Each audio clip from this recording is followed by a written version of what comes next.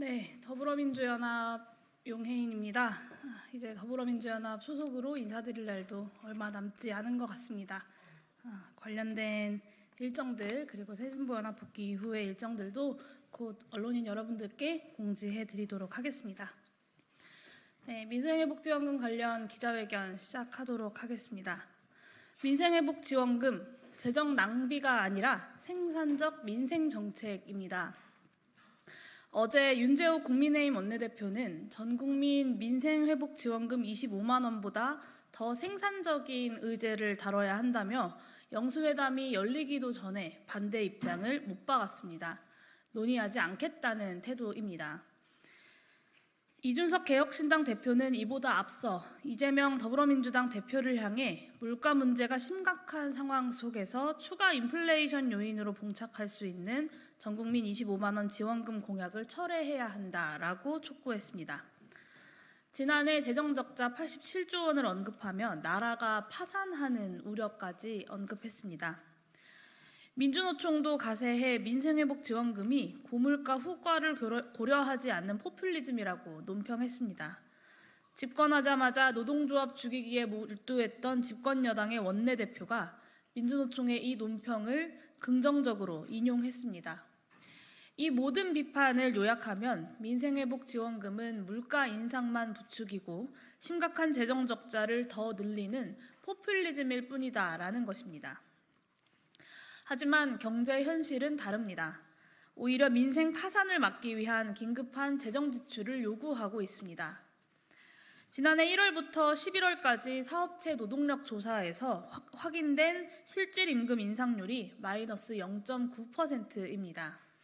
대부분 중소기업 노동자가 속해 있는 300인 미만 사업장은 더 심해서 마이너스 1.2%입니다. 물가 인상률이 임금 인상률을 앞지르는 소득 감소가 2년 연속 이어지고 있다는 이야기입니다. 가계 소비 여력이 바닥나면서 자영업자의 줄 도산이 이어지고 있습니다. 지난해 전국 외식업 폐업률이 10%, 서울 12%로 20년 만에 최고치입니다. 한국은행이 파악한 자영업자 대출 연체율은 2023년 3분기 1.24%로 2022년 말 0.69%에서 2배 가까이 상승했습니다. 자영업자 파산이 늘면 이 부문에 고용된 인원이 실업자가 되면서 실업급여 등 각종 복지 지출이 증가할 수밖에 없습니다. 자영업자의 채무 조정에 드는 정부 재정 지출도 늘어나게 됩니다. 파산 회생 절차에 들어간 자영업자들의 경제활동 참여가 제한되면서 경제 성장에도 마이너스 요소로 작용합니다. 경기 순환 국면 역시 민생회복지원금이 여전히 유효하다는 신호를 보내고 있습니다. 경기 선행지수 순환 변동치는 2024년 2월 현재 100.4로 2021년 6월 정점 102.8보다 한참 떨어지는 수준입니다. 경기동행지수 순환 변동치는 2022년 8월 정점 101.3에서 여전히 먼 99.9에 머물고 있습니다. 양순환 변동치가 최근 몇 달 회복세를 보이고 있지만 추세적이라 보기에는 그 세가 너무 약합니다. 대외 여건이 계속 불확실하다면 확실한 내수 진작이 필요한 때입니다. 이런 경제 지표들을 통해 제가 말씀드리고자 하는 요점은 민생회복 지원금이 정부 재정 적자만 키우고 물가만 추가로 인상시키는 낭비성 재정 지출이 전혀 아니라는 점입니다. 민생회복지원금은 말 그대로 민생을 구제하고 경기를 관리하는 생산적인 재정 투자입니다. 윤재욱 원내대표와 이준석 대표의 민생회복지원금 반대 논리를 요약하면 추가 물가 인상과 재정 적자 확대 부작용입니다. 그것이 말이 안 되는 이유도 여기서 설명드리겠습니다. 애초에 정부 재정 적자는 누가 키웠습니까?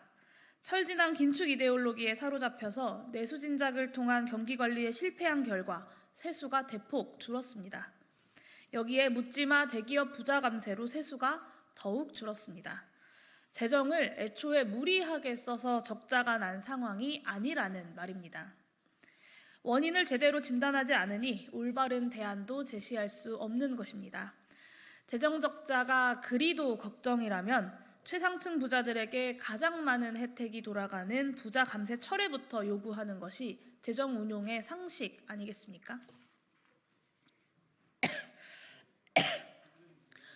우선 급한 대로 지금 시기 가장 필요하고 합리적인 세금인 횡재세라도 도입하자고 하는 게 재정 적자를 걱정하는 논리에 가장 맞지 않습니까?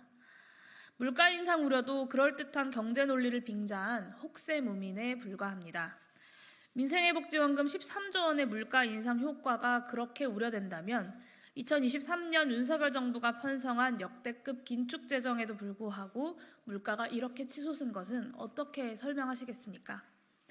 물가는 기후위기 심화에 따르는 농산물 가격 인상, 고금리, 고에너지 가격 상황에 의한 생산비 상승, 무역수지 적자 등에 의한 환율 인상 등 재정 통화 당국이 통제할 수 없는 공급 측 요인에 의해서 이미 올라 있습니다. 수요 측 요인과는 거의 관계가 없습니다. 그렇기에 공급 측의 이런 구조적 요인들과 비교해서 13조 원의 재정 지출 물가 인상 효과는 매우 제한적입니다. 오히려 자영업자 매출 증대를 통한 폐업 방지, 여름철 농산물 가격 안정 시기까지 가계의 구매력 보충 등으로 내수 진작 효과를 적잖이 기대할 수 있습니다. 이는 코로나 원년인 2020년 전국민 재난지원금을 통해서도 충분히 확인한 효과입니다.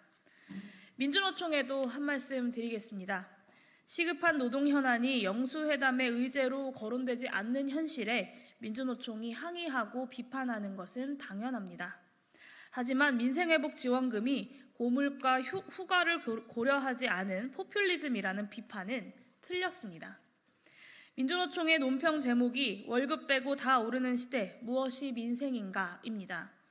민생회복지원금은 소박한 수준에서라도 실질임금을 보충한다는 점에서 노동자들의 민생에 득이면 득이지 결코 손해가 아닙니다.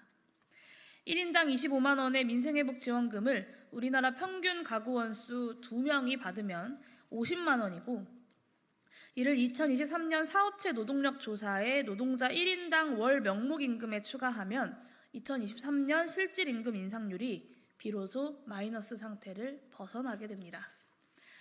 민생회복지원금을 통해서 소상공인 매출이 증대되면 폐업이 줄고 여기에 고용된 노동자들도 고용 유지 혜택을 볼 수 있습니다.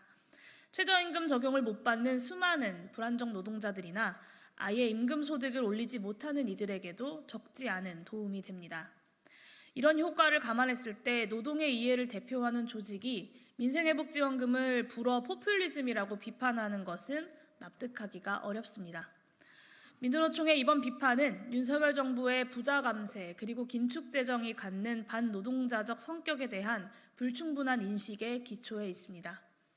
누구도 일회성 민생회복지원금이 민생을 위한 구조적 대안이라고 주장하지 않습니다.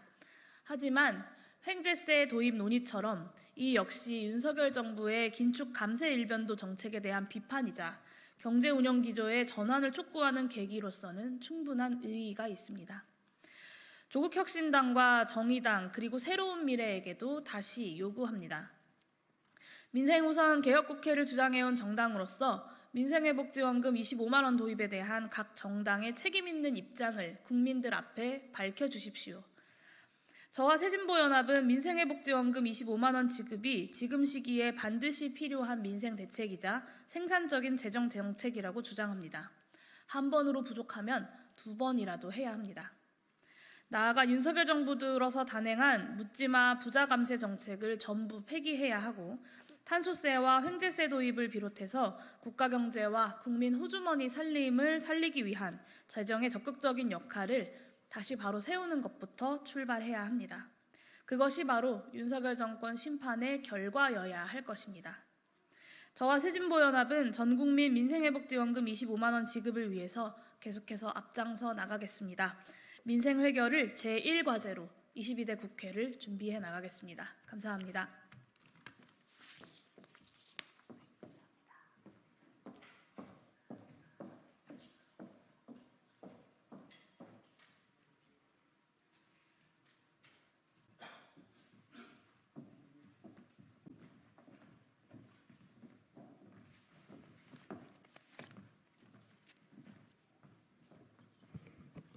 켜졌나요?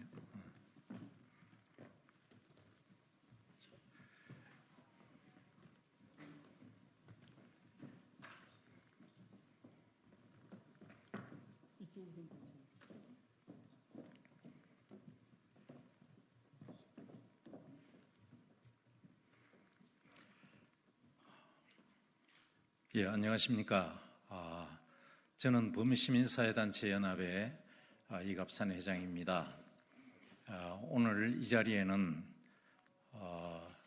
저희 범사련을 중심으로 보수우파 시민단체가 모여있는 시민사회 연석회의 임원들이 이 자리에 참석하셨습니다. 저희가 오늘 이 자리에 온 것은 사법부가 어느 기준, 어느 잣대를 가지고 우리 이희범 자유연대 대표를 구속했는지 묻지 않을 수 없습니다. 저희 보수단체들이 오늘 아침 모여서 이건 명백한 규정을 어기고 있는 편파적인 판결이다. 이렇게 판단해서 규탄하는 성명을 하기 위해서 이 자리에 모였습니다. 이 자리에 오신 분들은 먼저 박춘희 변호사 오셨습니다. 인사하시고요. 이현 변호사는 한반도 인권과 통일을 위한 변호사 모임의 부회장입니다. 김광찬 나라지킴이 고거연합전 공동대표 오셨습니다. 김정수 자유교육연합 대표 오셨습니다. 박태순 환경문화시민연대 사무총장 오셨습니다. 김건 신전대협 공동의장 오셨습니다.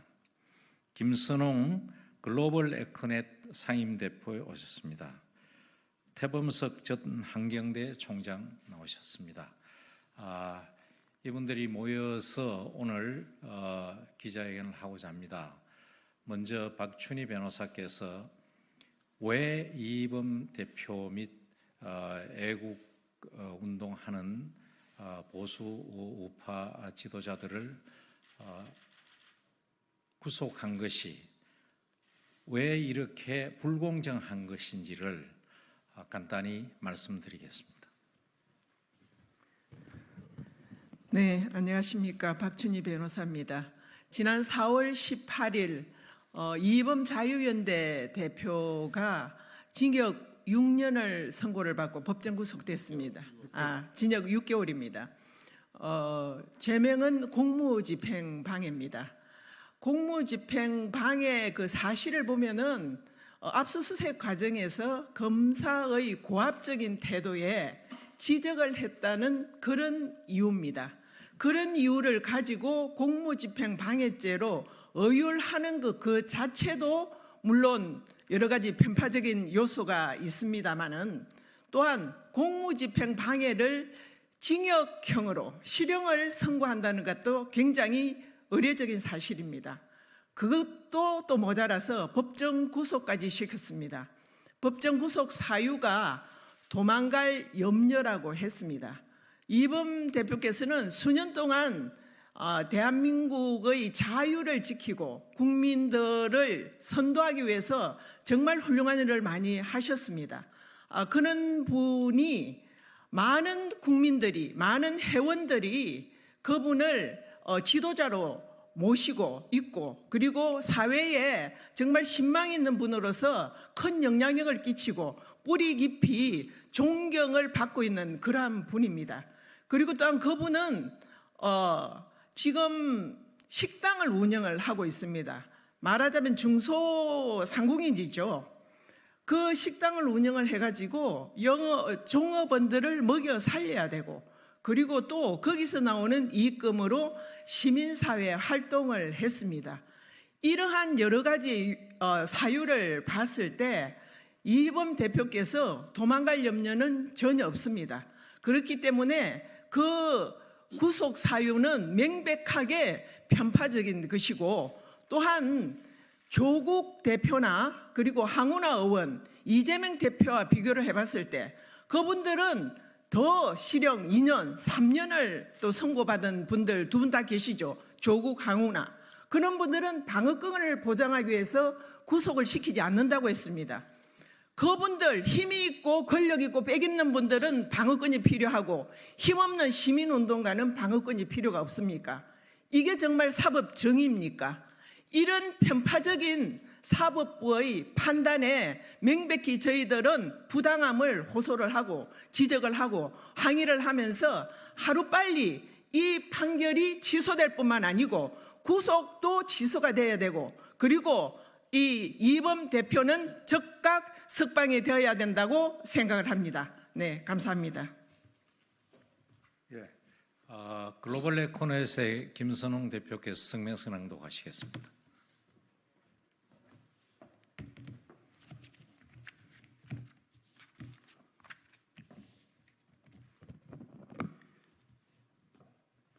이희범 자유연대 대표에 의한 형평성 없는 서울중앙지법의 판결을 강력하게 규탄한다. 지난 4월 18일 서울중앙지방법원 형사 제21부가 판결한 이희범 자유연대 대표에 대한 징역형 6개월 선고와 법정 구속은 한마디로 형평성이 지나치게도 없는 판결이다. 2017월 검찰이 자유연대를 압수수색할 당시 이희범 대표가 검사에게 항의하면서 작은 접촉이 발생한 것을 두고 이 대표를 공무집행 방해죄로 기소한 후 5년이 가까운 지금의 어이없게도 실형을 선고하고 법정 구속한 것은 명백한 표적 편결이 아닐 수 없다. 공무집행 방해로 실형을 선고하는 일이 일반적이지 않은 데다가 증거 인멸이나 도주 우려가 거의 없는 시민단체장이 법정 구속된 것과 입시 비리 및 검찰 무마 등 혐의로 기소된 조국 전 법무부 장관 항소심에서도 1심과 같은 징역 2년의 실형을 선고받고도 증거인멸 및 도주 우려가 없다는 이유로 법정 구속을 면하고 이번 총선에서 조국 혁신당을 이끌며 자유롭게 정치 활동을 하는 것에 비교한다면 법 앞에 만인이 평등하다는 말은 훤히 아닐 수 없다. 법은 누구에게나 공평해야 된다. 이재명 민주당 대표, 조국 혁신당 대표, 황운하 전 의원 같은 영향력 있는 정치인들에게는 그 죄가 막중함에도 불구하고 불구속 재판을 받게 하고 힘없는 우파 시민단체장은 바로 법정 구속시켜버리는 형평성 없는 사법부가 어찌 국민의 신뢰를 받을 수 있겠는가? 이희범 대표는 2년 전부터 좌파들의 미 대사관 점거 방지를 위해 미 대사관 지킴이를 자처하는 등 오직 자유민주주의 수호를 위한 애국심 하나로 우파 시민단체 활동을 오랫동안 해온 분이다. 증거 인멸할 이유도 도주할 이유도 없는 모범 우파 시민단체장이라고 우리는 믿고 있다. 대다수 우파 단체에서는 40총선에서 좌파가 승리한 것을 염두에 두고 구속 사유에 해당되지도 않는 사안을 억지로 꿰맞춘 것이라는 비판이 있다. 이를 불식시키기 위해서라도 서울지방법원 형사부는 지금 당장 구속을 철회하고 이희범 대표를 즉시 석방하라. 2024년 4월 24일 시민사회 연석회의. 예, 오늘 취재해 주신 기자 여러분 감사합니다. 부디 취재하신 대로 잘 보도해 주시길 바랍니다. 저희들이 지금까지 이 시민운동을 하면서 가장 중요하게 생각하는 것이 언론입니다. 언론이 저희들의 활동을 보도해 주지 않으면 시민운동은 우리 스스로의 자의행위에 불과합니다. 그렇기 때문에 옳고 바른 일을 하는 또 공익을 위해서 활동하는 이 활동 내용을 부디 기자 여러분께서 잘 보도해 주시기를 부탁드리면서 저희 기자회견을 마치고자 합니다. 감사합니다.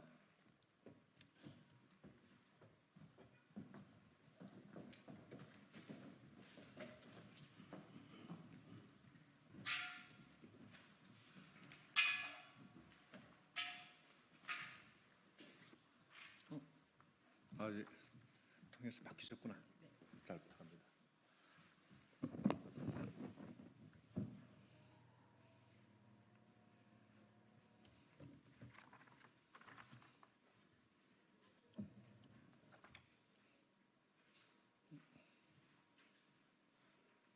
채널 A 맞춰야죠.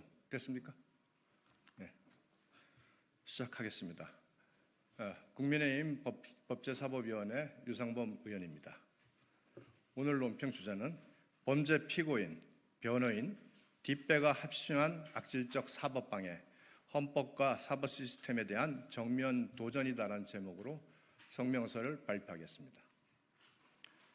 범죄 피고인인 이화영 전 부지사의 사법방해 거짓말에 대한 민주당 이재명 대표의 태도가 갈수록 태산이라는 말도 부족할 지경입니다. 이쯤 되면 인디언 기우제처럼 자신이 원하는 결과가 나올 때까지 고장난 라디오처럼 뻔뻔한 선동을 주야장천 반복할 태세입니다.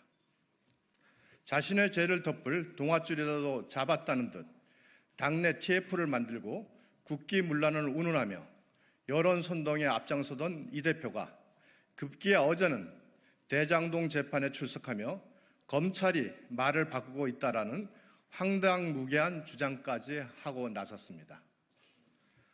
그러면서 정작 대체 무슨 말을 바꿨다는 것인지에 대해서는 아무런 근거도 제시하지 못했다고 하니 이전 부지사의 주장이 거짓말이라는 증거가 속속 나오며 궁지에 물리자 이제는 막무가내 전략으로 방향을 튼 모양입니다.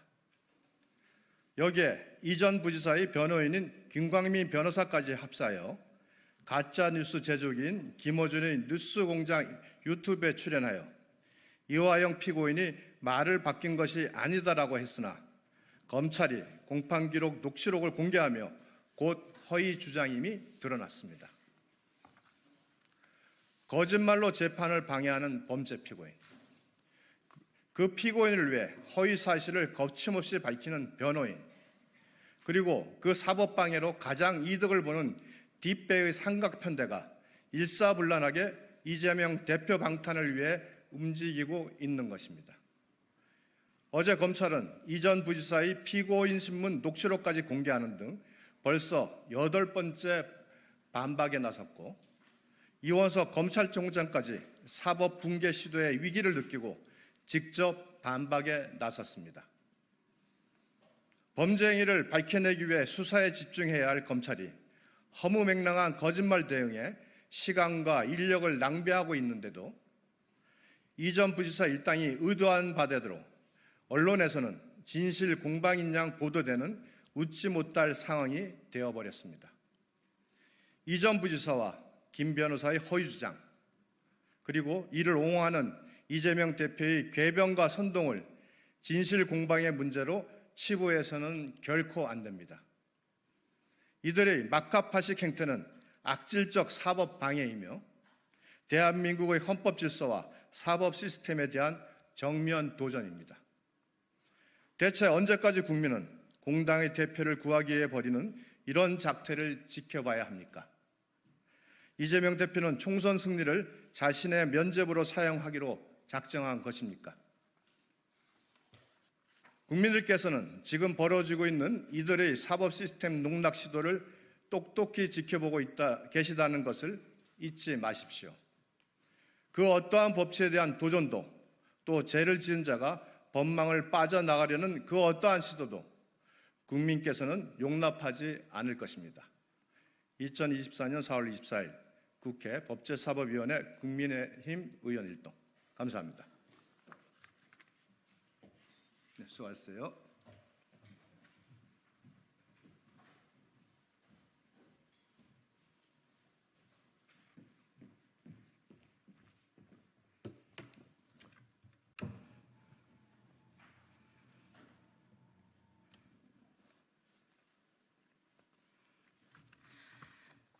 네, 진보당 부대변인 김도연입니다.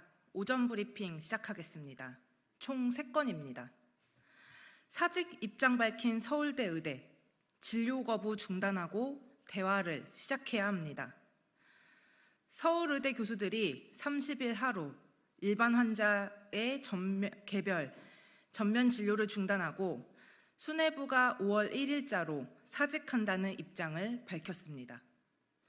의대 정원 증원과 관련해선 직접 의사수 추계를 검증하기 위한 연구를 제안했습니다. 의대 정원 증원 사태가 해결의 기미가 보이지 않은 채 공회전하고 있어 환자들의 건강이 매우 우려스럽습니다. 이제 정부와 의사들이 의대 정원 숫자 하나에 공방을 벌이며 싸울 것이 아니라 진정 모두를 위해 선택을 할 때가 된 듯합니다. 의대 정원에 대한 논의는 단순히 숫자를 넘어서 공공의료 강화로 가야 합니다. 이젠 소모적 논쟁을 넘어서 실천이 필요한 때입니다. 오늘도 많은 환자가 오늘과 내일을 걱정하며 불안에 살고 있습니다. 더 이상 공회전하는 정부와 의사 손에만 맡길 것이 아니라 정부, 의료계, 국회, 시민사회가 모두 모여 사회적 협의를 시작해야 합니다. 두 번째입니다.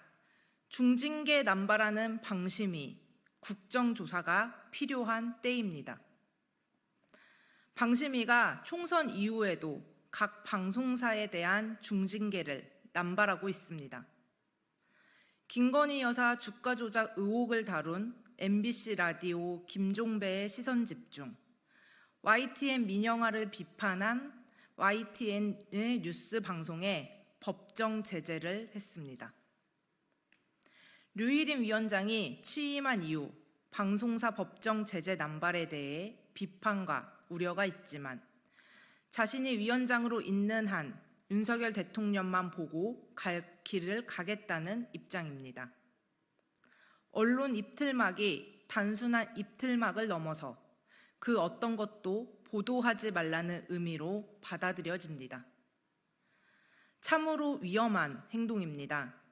오죽하면 미국 국무부의 2023년 국가별 인권보고서에서조차 한국 언론이 표현의 자유를 침해당한다는 내용이 나왔습니다. 국제적 망신입니다. 방심위의 무분별한 칼 휘두르기를 더 이상 놔둬서는 안 됩니다. 이대로 가다간 공정 언론은 사라지고 땡윤 뉴스밖에 남지 않을 것입니다. 이제 우려를 넘어서 구체적인 행동이 필요한 때입니다. 표현의 자유와 공영방송을 지키기 위해서 방송 3법 재의결과 함께 언론 탄압에 대한 국정조사가 필요합니다. 마지막입니다. 강제적인 백호기 응원, 강제적인 백호기 응원, 명백한 인권 침해입니다. 제주도에는 백호기 청소년 축구 대회가 있습니다. 1970년대부터 진행했던 대회로 초, 중, 고등부가 출전할 뿐만 아니라 제주도민들이 함께 즐기는 엄청난 영향력을 가진 행사입니다. 문제는 백호기 응원 연습으로 인권 침해를 당한 청소년이 발생했고 이를 견디지 못해 자퇴하는 일이 최근 있었습니다. 우선 자퇴까지 결심한 상처받은 청소년에게 위로를 전합니다. 아직 우리 사회에서 폭력적인 응원 문화가 있다는 사실이 충격이고 실망스럽습니다. 응원 연습 중에 나온 폭언을 보고 방관한 학교, 오랫동안 반강제되어 온 간행을 벗어나려는 청소년에게 가해진 차별과 2차 가해, 청소년의 행복 추구권과 휴식권, 학습권을 침해한 사실까지 조목조목 따져 책임을 물어야 합니다. 오랜 기간 동안 대회가 진행되면서 백호기 응원이 누군가에겐 즐거운 축제고 구경거리지만 정작 그걸 강요받는 청소년의 입장은 단 한 번도 생각해 보지 않았습니다. 이제 누구를 위한 응원전가, 행사인지 다시금 되돌아봐야 합니다. 청소년의 인권을 침해하면서 행복한 문화와 사회를 만든다는 것은 불가능합니다. 이상입니다.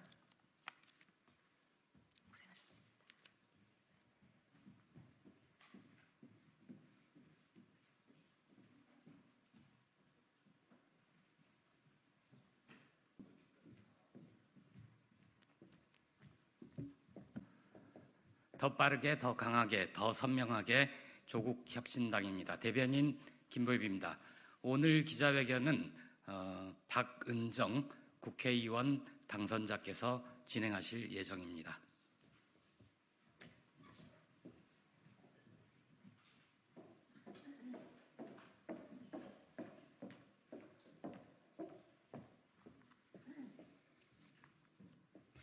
조국혁신당 국회의원 당선자 박은정입니다. 조국혁신당은 경청과 다짐의 시간 첫 번째 일정으로 호남을 다녀왔습니다. 호남 일정의 첫 방문지는 전북 익산 원광대학교였습니다. 교정 안에 지난해 수해복구 현장에서 돌아가신 최수근 해병을 추모하는 작은 공간이 마련되어 있었습니다. 조국 대표와 저 박은정을 포함해 12명의 조국혁신당 국회의원 당선자는 다짐했습니다. 국가는, 정부는 나라를 지키려고 군에 입대한 청년을 지켰어야 합니다. 윤석열 정부는 그러지 않았습니다. 군수품 하나라도 그렇게 소홀하게 다루면 안 됩니다. 병사입니다. 사람입니다. 하나의 우주입니다. 누군가에게 세상의 전부였습니다. 정부와 군은 사전에 사고를 막았어야 합니다. 막지 못했으니 비슷한 참사가 벌어지지 않도록 해야 합니다. 철저하게 진상을 조사하고 책임자를 처벌하고 재발 방지 대책을 마련하는 것, 국민의 생명과 안전을 지켜야 하는 국가의 당연한 책무입니다. 무도하고 무능하고 무책임한 윤석열 정권은 그 기본적인 책무를 방기하고 있습니다. 심지어 진상조사와 책임자 처벌을 방해하고 있습니다. 국가 권력을 동원해 진실을 감춥니다. 그래서 우리는 이를 최해병 순직수사 외압 사건이라고 부릅니다. 누가, 왜, 어떤 목적으로 진실을 숨기고 있는지를 밝히려고 합니다. 지난 4월 10일 총선에서 조국혁신당을 비롯한 범야권이 압도적 승리를 거둔 이래 조용하지만 엄청난 변화가 일어나고 있습니다. 총선에서 확인된 민심에 정확하게 부합하는 보도입니다. 최근 MBC를 포함해 최해병 순직수사 외압 사건의 진실을 파헤치는 언론사가 늘고 있습니다. JTBC, SBS 등 방송사, 경향, 한겨레 등 신문사가 열심히 취재하고 있습니다. 권위 있는 언론의 특정 보도는 세상을 바꾸는 데 기여합니다. 탄핵당한 대통령 박근혜의 국정농단 사건 때도 이미 경험한 바 있습니다. 이와 함께 고위 공직자범죄수사처의 수사의 속도가 붙고 있습니다.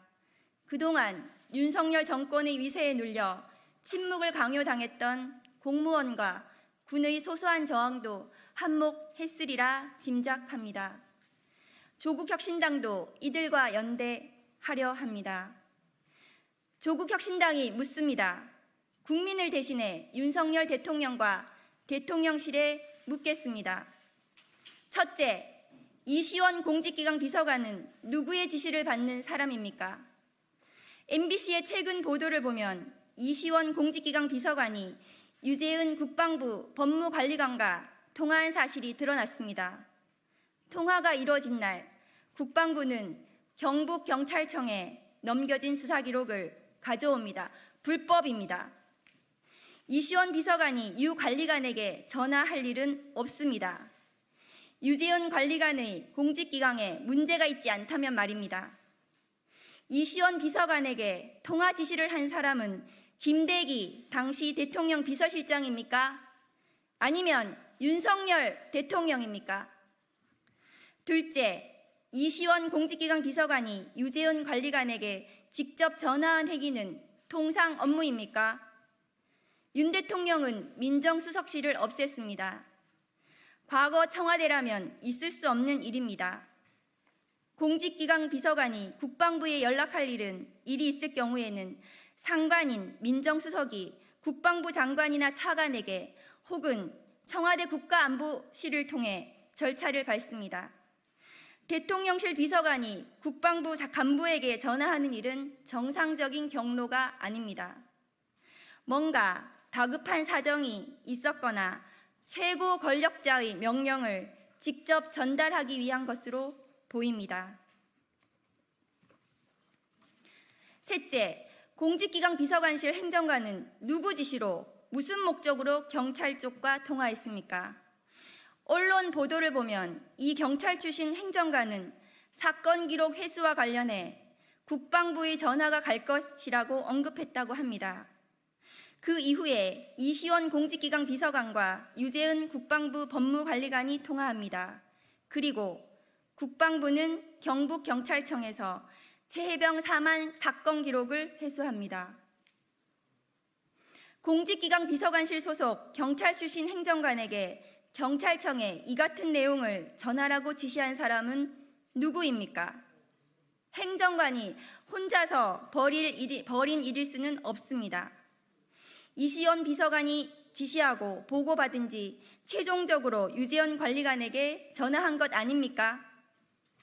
넷째, 대통령실은 최혜병 순직수사 외압에 대한 최근 언론 보도와 관련해 이시원 비서관을 조사한 적 있습니까?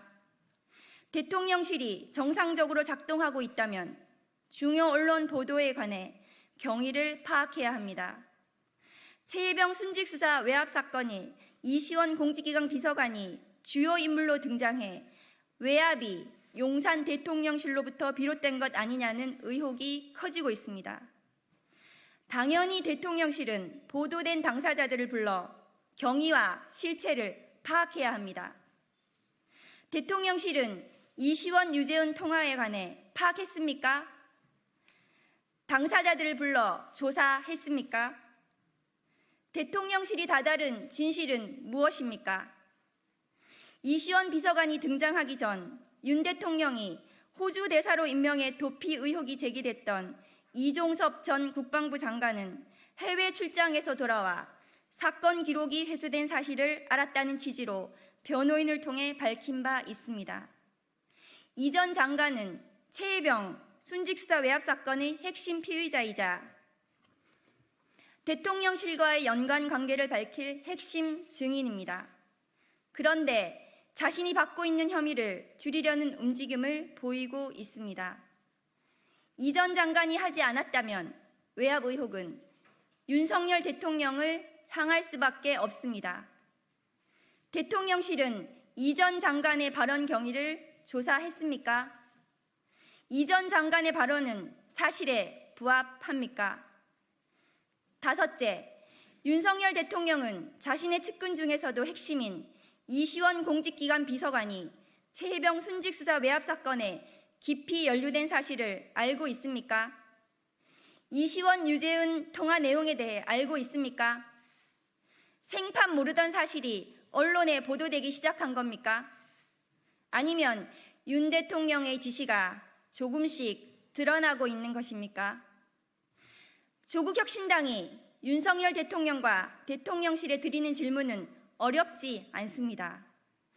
사건 전모를 털어놓으라고 촉구하는 게 아닙니다. 있는 그대로의 사실에 기반을 둔다면 앞에 드린 질문은 답을 하는데 반나절도 걸리지 않을 것입니다. 대통령실이 빠른 시일 안에 답변해 주길 기대합니다. 이건 국민의 명령입니다. 조국혁신당은 국민을 대신해 묻겠습니다. 이시원 공직기강 비서관은 윤석열 대통령의 우병우입니까? 박근혜 정부 청와대에서 민정수석을 지낸 우병우 같은 역할을 하고 있는 것입니까? 조국혁신당은 최혜병 순직수사 외압 사건의 진실이 세상에 드러나도록 하겠습니다. 감춘 자들이 처벌받도록 하겠습니다. 공수처가 26일 유재현 관리관을 소환한다고 합니다. 조사에 성실히 응하겠다고 했으니 제대로 수사하길 바랍니다. 아울러 통화 당사자인 이시원 공직기강 비서관도 소환해 조사하시길 바랍니다. 이시원 비서관에게 사건 기록 횟수를 지시한 자도 수사를 통해 밝혀주시길 바랍니다. 조국혁신당은 합니다. 조국혁신당은 최근 최혜병 순직 수사 외압 사건의 진실을 밝히기 위해 해병대 예비역 연대 그리고 더불어시민당 등 6개 야당과 함께 다음 달 2일 최혜병 특검법 통과를 결의한 바 있습니다. 특별검사법은 검찰 독재 정권에 검찰이 수사를 하지 않기 때문입니다. 조직 수장이 몇 달째 공석인 공수처가 수사가 더디기 때문입니다. 윤석열 정부와 국민의힘은 말도 안 되는 트집을 잡아 특검법을 반대합니다. 윤석열 대통령과 대통령실이 진실을 털어놓으면 굳이 특검법을 처리하지 않아도 됩니다. 지금이라도 늦지 않았습니다. 아무리 숨기고 감추려 해도 진실은 스스로 드러나게 돼 있습니다. 윤 대통령은 자신이 최혜병 순직 수사 외압 사건과 무관하다면 이시원 공직기강 비서관 등 대통령실 관련자, 이종섭 전 국방부 장관 등 국방부와 군 관련자들에 대한 엄정한 수사를 지시하십시오. 마지막 경고입니다.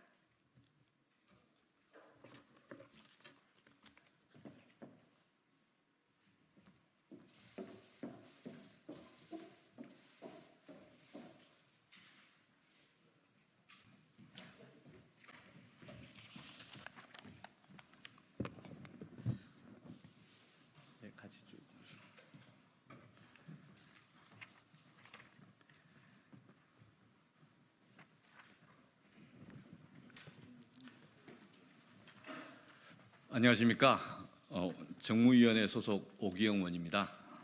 오늘은 최근에 국가투자소송 삼성 합병 관련해서 물산 불법 합병 관련된 그 영향이 국가투자자 소송에서 또 관련이 돼가지고 지금 현재 나왔던 2건의 국가투자자 그 중재 판정에 대한 저희들이 입장을 발표하기 위해서 나섰습니다. 먼저 참석하신 분들을 한 분 한 분 소개를 드리겠습니다. 먼저 22대 국회 당선되신 김남근 성북 당선인 계십니다. 다음으로 홍익대학교 전성인 교수님 오셨습니다. 그 다음에 참여연대 경제금융센터의 김종보 소장님 오셨습니다. 그리고 공적연금 강화 국민행동 오종원 사무국장님 오셨습니다. 네, 그리고 김득희 금융정의연대 대표님 오셨습니다. 그리고 김윤준 참여연대 간사님 오셨습니다. 저희들이 오늘 말씀드리고자 하는 것은 최근에 국가투자자 소송에 대한 그 2개 중재 판정에 대해서 저희들이 이것에 대한 사회적 관심이 필요하다. 그리고 법무부에서 필요한 조치가 있어야 된다라는 말씀을 드리기 위해서 오늘 기자회견을 하게 됐습니다. 그래서 오늘 먼저 순차적으로 저희들이 발언과 그다음 준비된 말씀을 좀 드리겠습니다. 먼저 정무위원회 소속 오기영 의원입니다. 오늘은 대한민국 정부를 상대로 해서 제기된 2건의 국제 투자 분쟁 ISDS에 대해서 말씀드립니다. 2018년도 외국인 투자자 엘리엇과 메이슨이 각각 대한민국 정부를 상대로 국가 투자자 분쟁을 제기했습니다.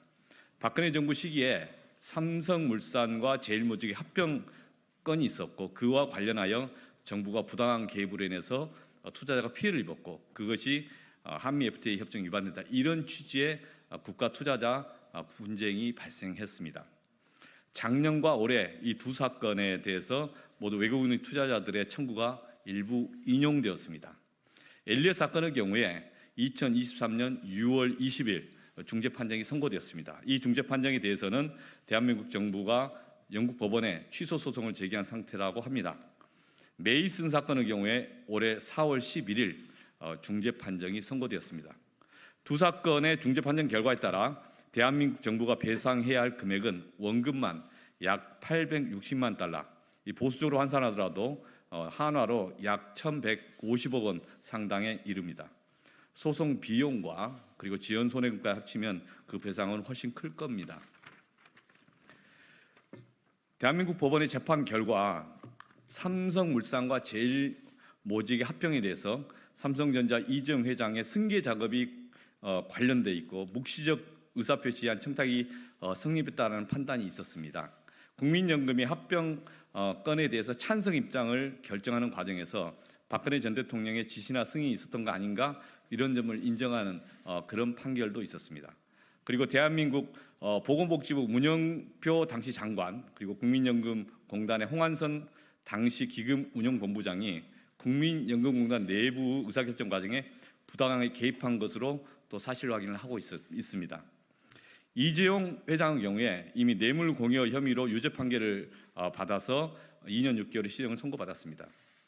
삼성물산과 제일모직 합병 관련해서 자본시장법 위반, 업무상 배임 등 혐의가 있었고 그 혐의에 따라 기소가 되었습니다. 물론 지난 2월 5일 1심 법원에서 무죄 판결이 선고되었습니다만 여전히 논란이 진행되고 있습니다.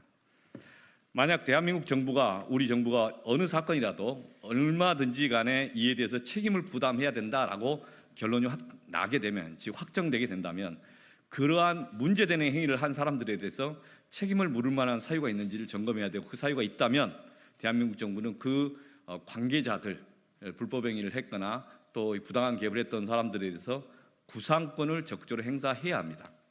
그리고 대한민국 정부는 메이슨 사건의 이 중재 판정문 빠른 시일 내에 투명하게 공개해야 합니다. 국민의 세금으로 진행된 사건입니다. 그리고 국민의 세금이 추가로 투입될 가능성이 큰 사건입니다. 중재 판정부가 이것을 공개할 때까지 기다리지 말고 법무부는 곧바로 판정문 전문을 공개하고 번역문도 국민들 앞에 공개할 것을 촉구합니다. 다음으로는 김남근 당선인의 발언이 있겠습니다.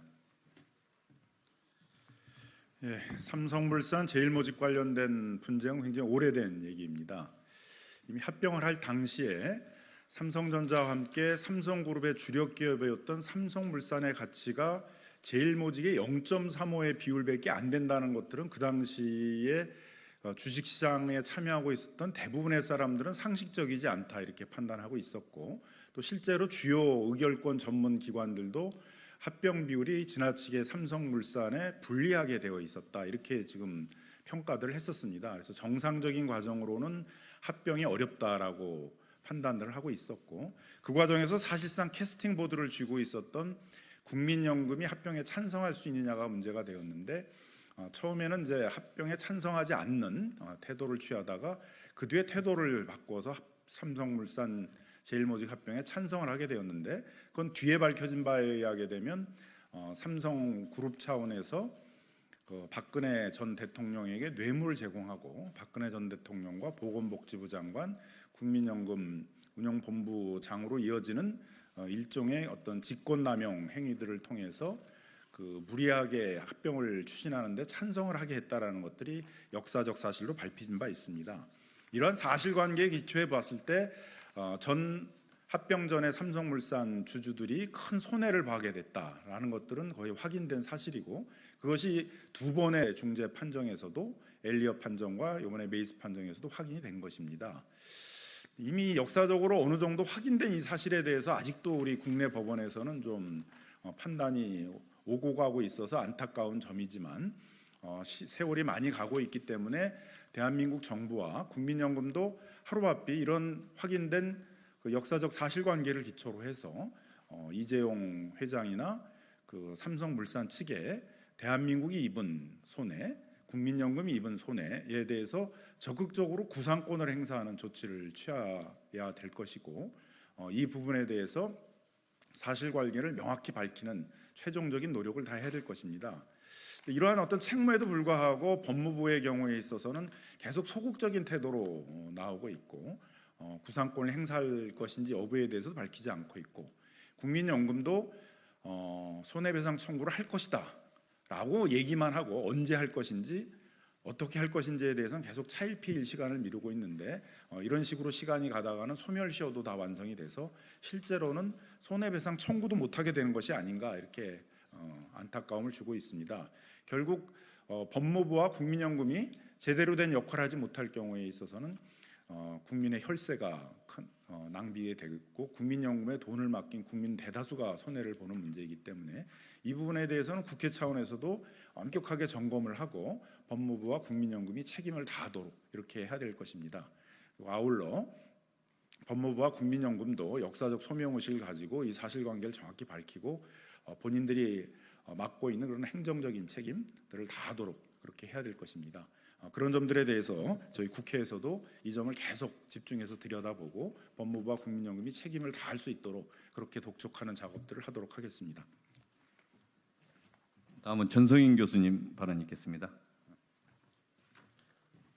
예, 국민 여러분 안녕하십니까? 오늘은 삼성물산과 제일모직 간의 부당합병 사건과 관련해서 국가가 외국인 투자자에게 부당하게 불리하도록 영향력을 행사해서 손해를 입었다라는 문제 제기에 대해 외국인 투자자가 일부 승소하고 대한민국 정부가 패소해서 국민 여러분들의 혈세가 낭비되게 된 사건을 가지고 이 자리에 섰습니다. 이미 오기영 의원님과 김남근 당선자께서 상황을 많이 설명해 주셔서 저는 남은 부분에 대해서 말씀드리겠습니다. 외국인 투자자와 대한민국 정부 간의 분쟁은 이제 예외적인 해프닝이 아니라 거의 일상적인 사건이 되고 있습니다. 그러나 이것을 규율해야 할 적당한 규율 체계는 전혀 존재하지 않습니다. 언제까지나 우리가 사건이 진행되는 동안 사건이 언제 진행되는지 모르는 깜깜이 장님 상태가 되어야 하고 또 판결이 난 이후에도 왜 돈을 내야 되는지도 잘 모르면서 판결문을 제발 좀 공개해 주세요. 나 왜 돈을 내야 되는지 그 이유라도 좀 알아야 될 것 아닙니까? 이렇게 호소하거나 개탄하는 이런 상황이 반복되어야 하겠습니까? 저는 지금이라도 국회가 국제 투자자 분쟁 사건을 규율하는 것과 관련 법률을 제정해서 문제 제기가 있을 때 누가 그 소송에 대응하고 이해상충이 있는 사람은 어떻게 판별해서 배제하고 그다음에 중간중간에 소송과 관련한 중요한 정보는 어떤 통로를 통해서 어느 정도까지 국민들에게 공개하고 맨 끝에 판정이 있을 경우에는 판정문 공개와 향후 대응 그리고 구상권 행사, 소멸시효 등등에 대해서 필요하면 특별히 정하는 것까지를 포함한 특별법이 있어야 되겠다라고 생각을 합니다. 그리고 현재 그 진행 중인 그 삼성물산 제일모직 합병과 관련한 판결을 지켜보고 행동하겠다 이런 식의 반응들이 정부 또는 국민연금에서 많이 나오고 있는데 저는 두 사건은 적어도 논리적으로는 별개라고 생각합니다. 그 사건이 지금 현재 우리나라 법원에서 진행되고 있는 소송이 누구의 승소로 나오든 간에 ISDS의 결과가 확정되어서 대한민국 정부가 외국인 투자자에게 돈을 주어야 한다면 대한민국 정부의 손실은 그대로 발생하는 것입니다. 따라서 그 손해에 대해서 어떤 형태로든지 원인 제공자에게 구상권을 청구하는 것은 현재 진행 중인 소송과는 적어도 논리적으로 그렇게 큰 인과관계가 있는 주장은 아니다. 그렇기 때문에 소송의 결과가 확정되는 즉시 구상권을 행사해야 된다. 그래야만 비로소 현재 암묵적으로 발생하고 있는 외국인 투자자와 국내의 투자자, 특히 국내 소수 주주 간의 역차별 문제도 시정될 수 있을 것이다. 이렇게 생각합니다. 감사합니다. 다음으로는 김종보 경제금융센터 소장 발언이 있겠습니다. 예, 안녕하십니까. 참여연대 경제금융센터 소장 변호사 김종보입니다. 아시다시피 지금 ISDS에서 대한민국이 졌습니다. 2건 모두 졌는데요. 그 이유는 이겁니다. 바로 1대 0.35라는 합병 비율이 굉장히 불공정하고 해외 투자자들을 보호하지 못할 만한 합병 비율인데 국가가 개입을 해서 이 합병에 찬성한 것은 해외 투자자인 엘리엇과 메이슨의 이익을 침해한 것이다. 따라서 합병하지 않았더라면 얻을 수 있는 이익 상당액을 배상해라라는 것입니다. 여기에 대해서 정부는 계속 7% 전체 청구 금액의 7% 5%만 저쪽이 이겼으니까 우리가 선방했다 이렇게 주장을 하는데요. 이런 건 말도 안 되는 소리입니다. 어쨌든 졌다. 그리고 이것은 이미 질 것이 예견되어 있었다는 것입니다. 다시 말해 박근혜 대통령이 문영부 당시 전 보건복지부 장관에게 삼성물산 제일모직 합병을 찬성하도록 지시를 했고 그것을 위하여 이재용 회장이 뇌물을 제공을 했고 결국 문영표 장관은 홍한선 본부장에게 투자책임전문위원회로 우회하도록 지시를 했고 결국 그 수많은 전문기관들이 반대하도록 권고했음에도 불구하고 국민연금은 찬성을 했던 것입니다. 따라서 이번 ISDS 판정을 통해 얻은 대한민국이 입은 손해는 결국 누구의 이익이 되었습니까? 이재용 회장입니다. 그럼 누가 이 손해를 배상해야 됩니까? 이재용 회장입니다. 좀 더 넓게 말하면 이번 ISDS 판정으로 인해 이익을 얻은 박근혜, 문영표, 홍한선, 무엇보다 이재용 회장이 이 구상금을 책임져야 됩니다. 우리 국민들이 무슨 죄가 있습니까? 우리 국민들이 해외 투자자 보호 안 했나요? 아닙니다. 해외 투자자 엘리엇과 메이슨의 이익을 보호하지 않는 사람은 바로 박근혜 전 대통령과 이재용 회장입니다. 이 사람들이 진지적으로 책임져야 됩니다. 나아가서 이제 해외 투자자는 보호받고 있습니다. 엘리엇과 메이슨은 ISDS라는 희한한, 아주 희한하지는 않지만요. 이 제도를 통해서 본인들은 챙겨갔는데 과연 국내 투자자들은 어떻게 되는 것일까요? 이 투자자에 대해서 엘리엇에 대해서 이재용 회장은 따로 돈도 줬습니다. 비밀 합의도 했고 추가 약정도 했습니다. 최근에 또 보니까 엘리엇이 삼성물산 상대로 또 약정금 지급 소송을 하고 있더라고요. 뭔가를 좀 덜 줬나 봅니다. 이 가운데 국내 투자자들은 전혀 보호받지 못하고 있습니다. 이런 상황에 대해서 정부와 삼성물산은 어떻게 책임져야 할지 많은 기자분들께서 취재해 주시고 우리 국회의원분들께서도 열심히 감시하고 지켜봐 주시길 간곡히 요청드립니다. 감사합니다. 다음은 공적연금 강화 국민행동 오종원 사무국장 발언이 있겠습니다.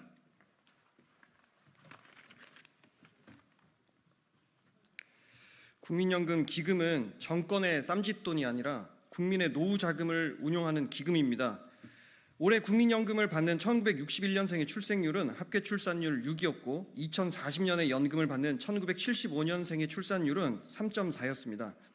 현재 저출생이 문제이기도 하지만 과거의 높은 출생률과 격차를 보이는 게 국민연금 재정적 안정성과 관련이 있습니다. 3명에서 6명의 자녀가 태어났던 베이비 부머는 그 숫자가 많은 만큼 아직 국민연금은 보험료 수입이 많고 기금은 쌓이고 있습니다. 현재까지 발생된 기금운용 수익이 589조 원입니다. 그만큼 미래 세대 부담을 줄이는 것입니다. 현재 국민연금 기금은 이처럼 너무나 소중한 국민의 노후자금 역할을 하고 있습니다. 그런데 지난 박근혜 정권이 삼성 재벌과 결탁하여 국민연금 기금의 주주권을 함부로 행사하였습니다. 이익의 사유와 손실의 사회화가 이루어졌습니다. 삼성물산 불법 합병으로 이재용은 막대한 이익을 얻고 국민연금 기금은 막대한 손해를 보았습니다. 이 손해를 누가 메꿔야 합니까?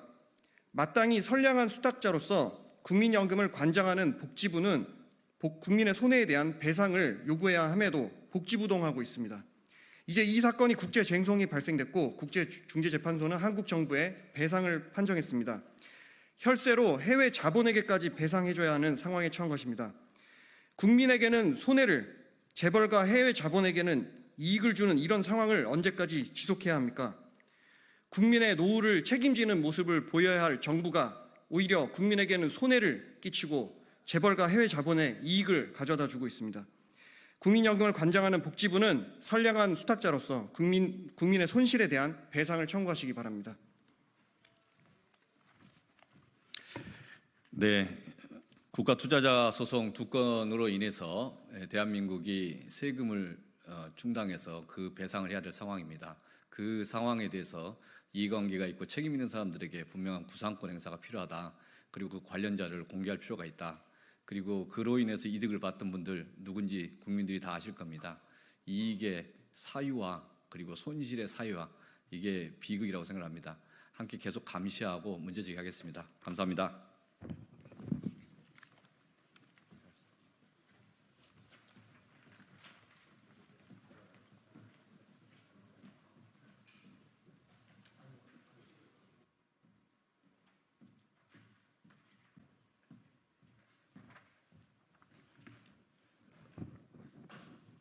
안녕하십니까.